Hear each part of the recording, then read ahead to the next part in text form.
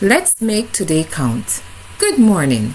Welcome to part 2 of First Timers DIY Shadow Box Fence project. For those of you who are not sure what the shadow box fence is, this is for you.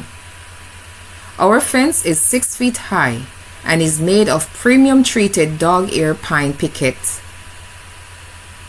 For the post, we use 4x4x8 pressure treated pine timber, and they were planted with fast setting concrete mix. We made 2 gates, one on either side, and those posts we use 6x6x8 pressure treated pine timber.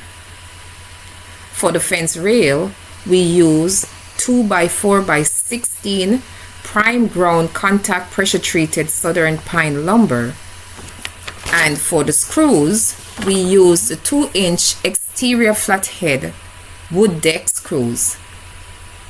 The pickets were attached to both sides of the rails in an alternating style to promote or provide privacy while promoting airflow.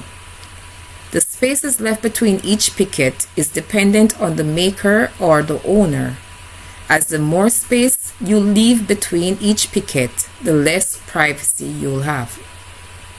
The shadow box pattern looks beautiful on the inside and the outside.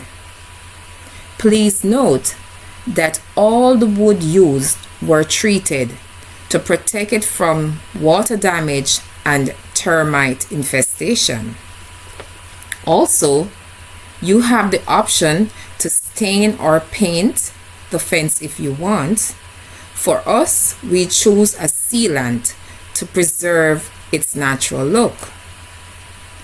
Now that the job is done, we are so happy with the result, and I am sure this will not be the only DIY project around this house.